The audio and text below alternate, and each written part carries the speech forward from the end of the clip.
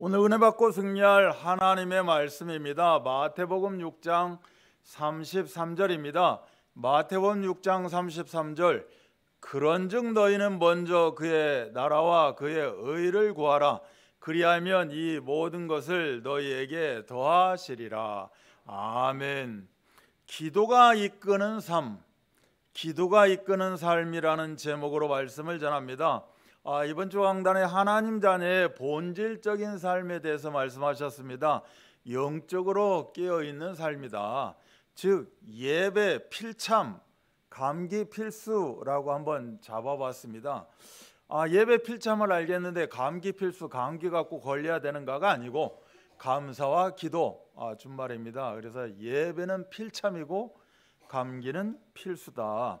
데살로니가전서 5장 항상 기뻐하라, 쉬지 말고 기도하라, 범사에 감사하라. 이것이 하나님의 뜻이다.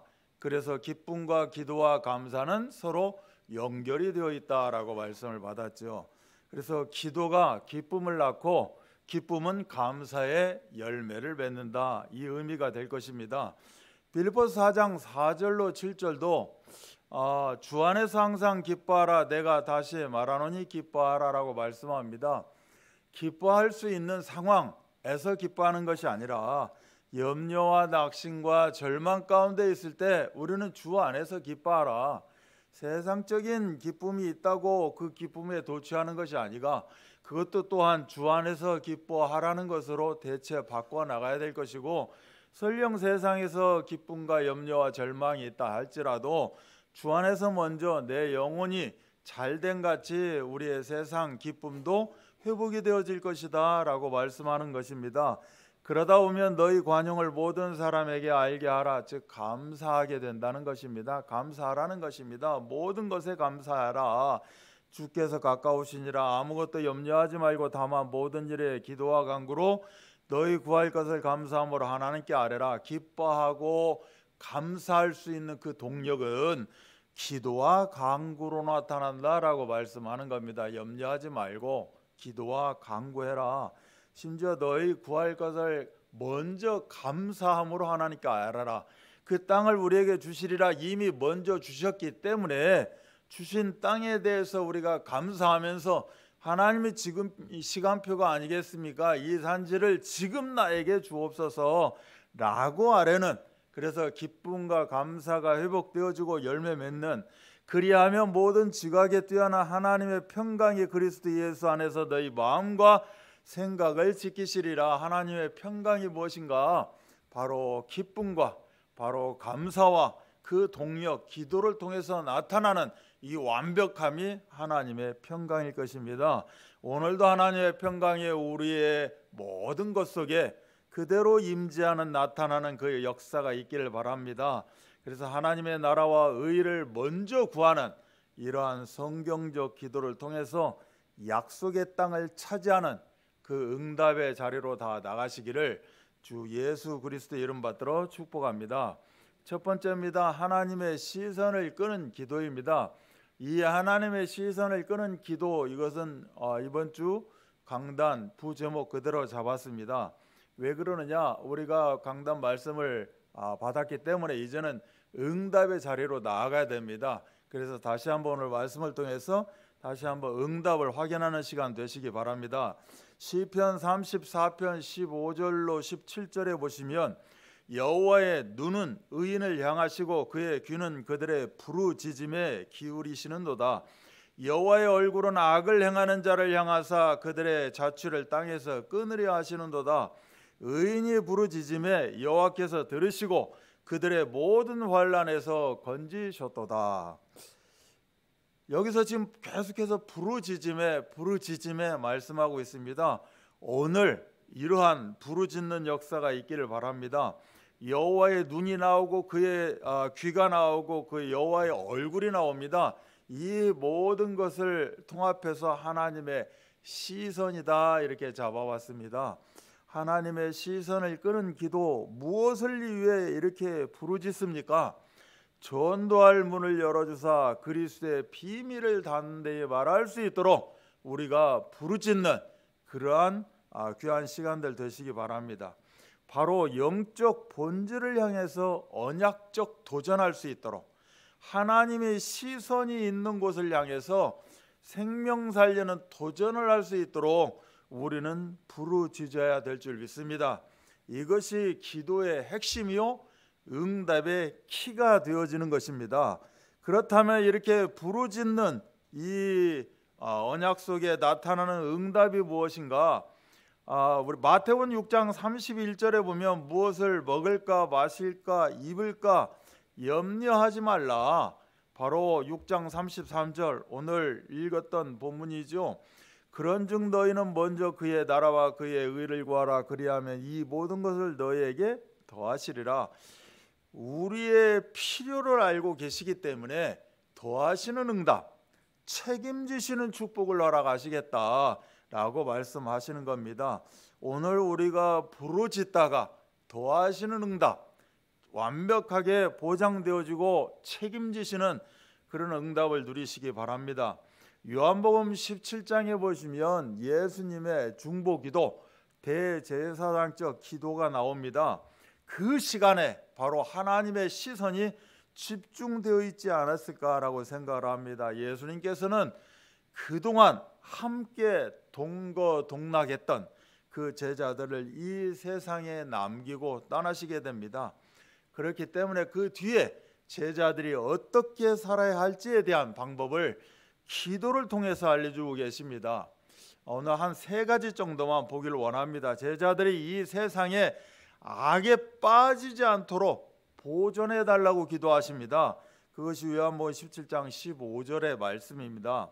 예수님이 주기도문에서도 우리를 시험에 들게 하지 마옵시고 다만 악에서 구하옵소서 말씀하고 있습니다. 악에 빠지는 이유가 무엇인가? 시험에 들었기 때문에 그렇다는 것입니다. 우리가 흔히 시험 들었다 이런 이야기를 합니다. 그렇다면 악에 빠졌다는 것이죠. 마귀의 시험에 드는 순간 악에 빠지게 됩니다. 세상을 좋아하는 순간, 두 마음을 품는 순간 나도 모르게 악으로 잠식당하게 된다는 겁니다. 강단을 놓치게 되면, 언약 기도를 놓치게 되면 세상 속으로, 세상 염려 가운데 빠지게 되는 것입니다. 여기서 죄는 식물의 뿌리를 말한다고 하면 악은 그 뿌리에 통해서 나온 열매를 말합니다. 제자들이 악에 빠지지 않기 위해서 언약 기도가 이끄는 삶을 살아야 된다라고 미리 당부하는 그런 말씀입니다. 두 번째는 진리의 말씀으로 거룩하게 해달라고 기도하십니다. 바로 17절인데요. 여기서 진리가 무엇입니까? 진리의 말씀은 오직 예수 그리스도입니다.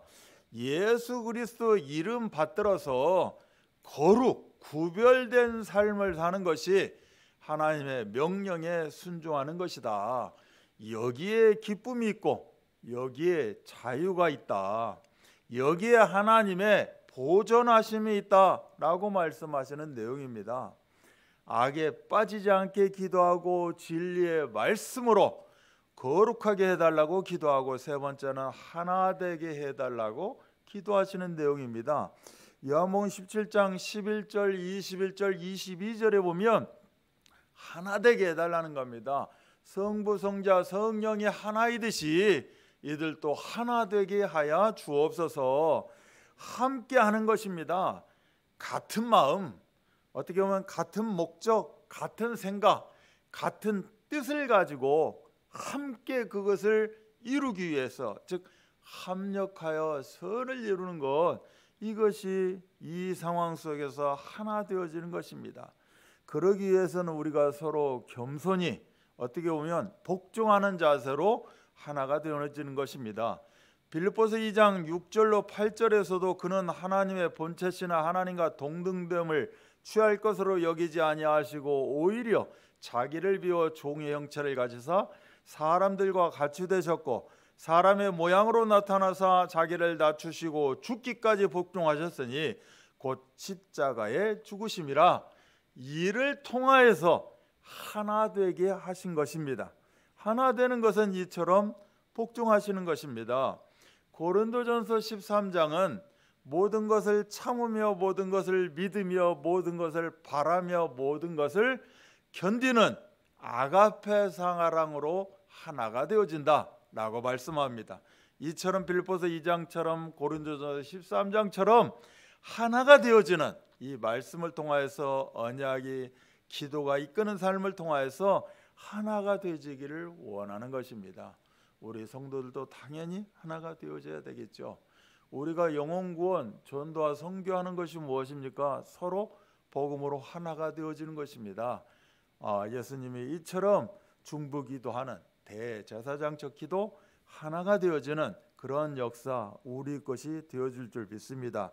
그래서 세상의 인생 초점을 맞추지 않고 하나님의 시선이 있는 곳, 그곳을 향해 생명 살리는 도전이 있기를 바랍니다.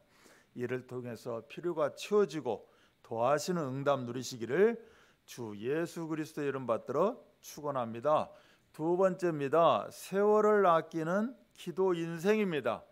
에베소 5장 16절에 보시면 세월을 아끼라, 때가 악하니라. 시대가 악하기 때문에 세월을 아끼라, 즉 세월을, 시간을 아끼라, 속량하라, 대속하라, 이런 말씀입니다. 지금이 어떤 시대입니까? 외인의 시대다라고 이야기합니다. 우리가 어떤 만화가 있었는데 외인구단이라는 만화가 있었습니다. 정말 보잘것없고 정말 배척당하는, 어떻게 보면 이방인의 그런 삶, 그것이 외인구단입니다. 하나님 떠나 죄 가운데 사단의 종노다라고 있는 그런 시대에 유리방황하는 그런 삶을 살아가는 시대, 그러다가 영원한 멸망길로 갈 수밖에 없는 그런 시대가 바로 작금의 시대, 지금의 시대입니다.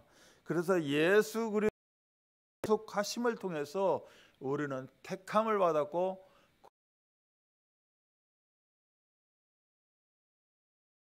그런 하나님 자녀 적인 하나님 자녀의 본질적인 삶을 살아야 된다라고 말씀하십니다. 대속의 은혜를 주신, 즉 하늘과 땅의 모든 권세를 가지신 예수 그리스도, 이 예수 그리스도의 대속의 능력으로 세월을, 즉 시간을 속량하는, 대속하는 그런 현장 전도 제자의 삶을 살아야 될 것입니다. 우리가 두 가지의 시간을 들은 적이 있습니다. 바로 크로노스와 카이로스의 시간이다라고 했습니다. 크로노스의 시간을 카이로스의 시간으로 그럼 바꿔가는, 세월을 아끼는, 기도가 이끄는 그런 삶을 살아야 될 줄 믿습니다. 그러면 어떻게 해야 되는가? 오늘 에베소서 5장 16절 읽었는데 그 15절을 보면 그런즉 너희가 어떻게 행할지를 자세히 주의하여 지혜 없는 자같이 하지 말고 오직 지혜 있는 자같이 하라. 자신을 살피는 지혜가 있어야 된다라고 말씀합니다. 삶의 습관, 어떻게 보면 태도를 말하는 것이 될 수 있을 것입니다. 아무리 대단한 사람이라 하더라도 그 시대에 태어나서 자라고 또 살아가고 있기 때문에, 살아가고 있는 시대, 바로 지금은 악한 시대의 영향을 받을 수밖에 없다는 것입니다. 이 시대의 영향, 즉 흐름이라는 것은 마치 물고기의 물과 같은 것입니다. 자신의 삶을 주위에서 살펴보지 않으면 지금 어느 물에서 헤엄치고 있는지를 정확히 알아차리지 못한다는 것입니다. 시대의 그 악한 흐름을 타고 떠내려가고 있으면서도 아무 느낌 없이 여기가 좋사오니 편안함을 누리고 산다는 것입니다. 그렇기 때문에 우리가 어떻게 행하고 있는지 자세히 주의하여 살피면서 살아가야 된다. 말씀으로 조명받았다면 내가 지금 어떤 상태인지, 어느 상황인지, 어느 물에 내가 지금 놓여져 있는지를 늘 점검하면서 살피면서 살아야 된다라고 말씀합니다. 그러면 또 어떻게 해야 되는지 두 번째는 에베소 5장 17절에 보시면 그러므로 어리석은 자가 되지 말고 오직 주의 뜻이 무엇인지 이해하라는 겁니다. 하나님의 뜻을 이해하는 그런 지혜가 있어야 된다라고 말씀하는 겁니다. 이해한다는 것이 무엇인가? 어떤 사실이나 사물의 이치를 파악한다는 뜻으로 깊고 근본적인 그러한 지식을 깨닫는 것입니다. 스스로 하나님의 뜻을 헤아려 그 원리와 이치를 깨달아라, 깨달을 수 있는 그런 능력이 있어야 됨을 말합니다. 그 이유가 무엇입니까? 하나님의 뜻을 분별하고 거기에 순종해야 된다라는 것이죠. 그런데 이것이 그렇게 간단치가 않습니다. 우리가 사는 세상에서는 선과 어떻게 보면 악의 그 경계가 모호할 때가 있고 또 선과 악이 뒤바뀌어서 악의 선으로 어떻게 보면 선이 악이 되어지는 그런 상황 가운데도 놓여지기도 합니다. 그래서 하나님께서는 강단 언약을 주셨고 강단 언약을 통해서 자신의 뜻을 말씀하고 있습니다. 말씀을 받았습니다. 어떻게 보면 녹취본도 받았습니다. 애매모호할 때가 있습니다. 여기 하나님의 뜻이 무엇일까? 나를 향한 하나님의 뜻이 무엇일까? 말씀을 붙잡아야 되는데 내가 어떤 말씀을 붙잡았는가? 읽어도 잘 모르겠는데 이게 이거 같고 이거 잡아야 되고 저거 잡아야 되고 여기서 하나님의 뜻이 무엇인가? 우리는 어떻게 보면 주부를 보면 됩니다. 주부가 너무 귀하게 매주 발행이 됩니다. 이 주부에 들어가는 인력, 지혜 어마어마하게 쏟아 부어집니다. 이 주부를 그냥 받고 어디에 있는지도 모르고 심지어 놓고 가시는 분들도 없지 않아 있기도 한데 주보를 하나하나 보시기 바랍니다. 6면 7면에는 교회 소식이 나와 있습니다. 이게 다 하나님의 뜻입니다. 내가 이루어야 될 뜻입니다. 이거는 나와 전혀 관계없는 그런 기관이고 상황인데요. 아닙니다. 기도로 들어가는 겁니다. 기도가 이끄는 삶을 살아가는 것입니다.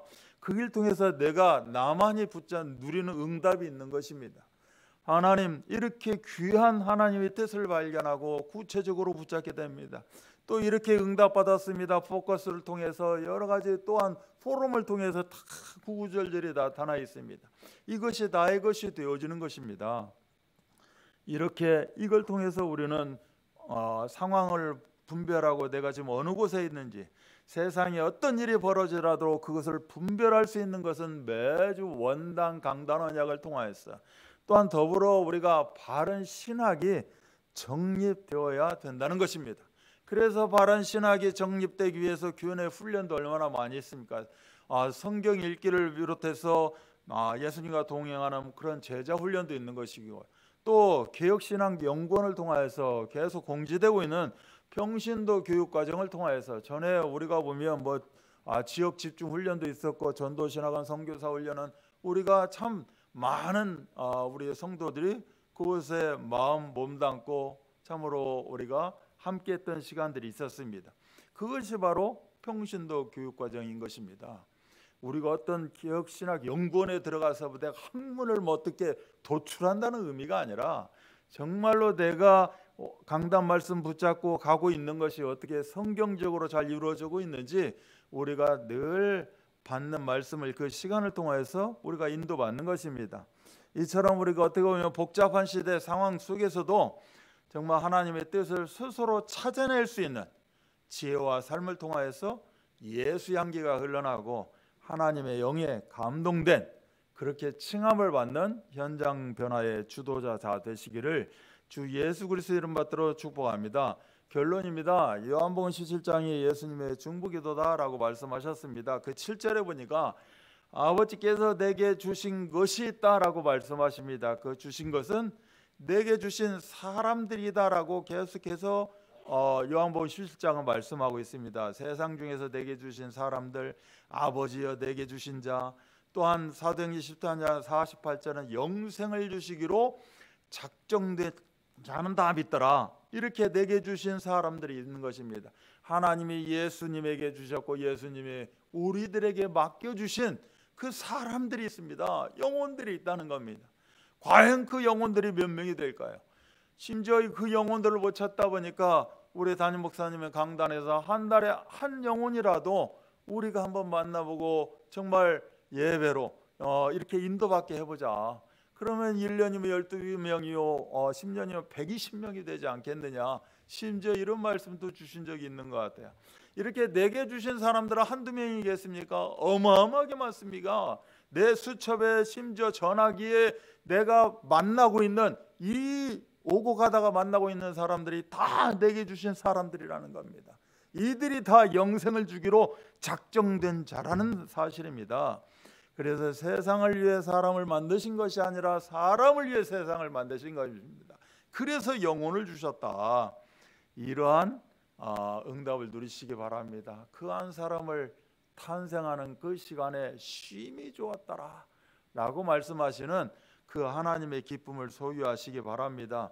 이들에게 무엇을 줍니까? 하나님의 말씀을 주시게 됩니다. 그래서 내게 주신 말씀들이라고 이야기합니다. 아버지께서 내게 주신 말씀들을 그들에게 주었습니다 라고 요한복음 17장 8절은 이야기합니다.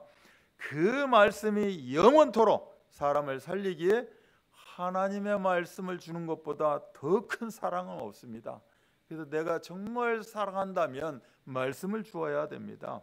사랑하는 그 영혼들에게 말씀을 주는 것, 이것이 바로 예수님에게 또한 나에게 주신 하나님의 명령일 것입니다. 내게 주신 자들을 위한 기도가 있습니다. 내가 그들을 위하여 비옵나니 내가 비옵는 것은 세상을 위함이 아니요 내게 주신 자들을 위함이니라. 그들은 아버지 것이로소이다. 9절에 말씀하십니다. 또 계속해서 내가 비옵는 것은 계속해서 기도의 의미에 대해서 말씀하고 있습니다. 주님께서는 세상에 돈을 위하여서 어떻게 보면 번영을 위해서 기도하신 것이 아니라 내게 주신 사람들, 맡겨주신 사람들의 생명과 보존을 위해서 기도드렸다는 사실입니다. 이렇게 기도할 때 상대의 허물이 사라지고 상대의 장점을 찾아내는 능력이 나타나고, 이렇게 기도할 때 상대를 가슴에 간직하는 포용력이 나타나고, 이렇게 기도할 때 정말로 그를 하나님의 은혜에서 영원히 새롭게 회복하는 그러한 축복들이 나타나게 되어집니다.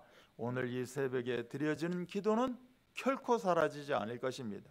그래서 하나님을 위해서, 교회를 위해서, 하나님 사랑합니다, 교회를 사랑합니다, 우리 성도를 사랑합니다, 바로 기도로 나타날 줄 믿습니다. 특별히 영혼 구원을 위해서 드리는 기도, 세월을 즉 속량하는, 즉 치료하며 고쳐낫게 하는, 그래서 평안과 진실함이 풍성한 하나님의 부요를 체험하는 그런 다 응답의 열매들 누리시기를 주 예수 그리스도 이름 받들어 축원합니다.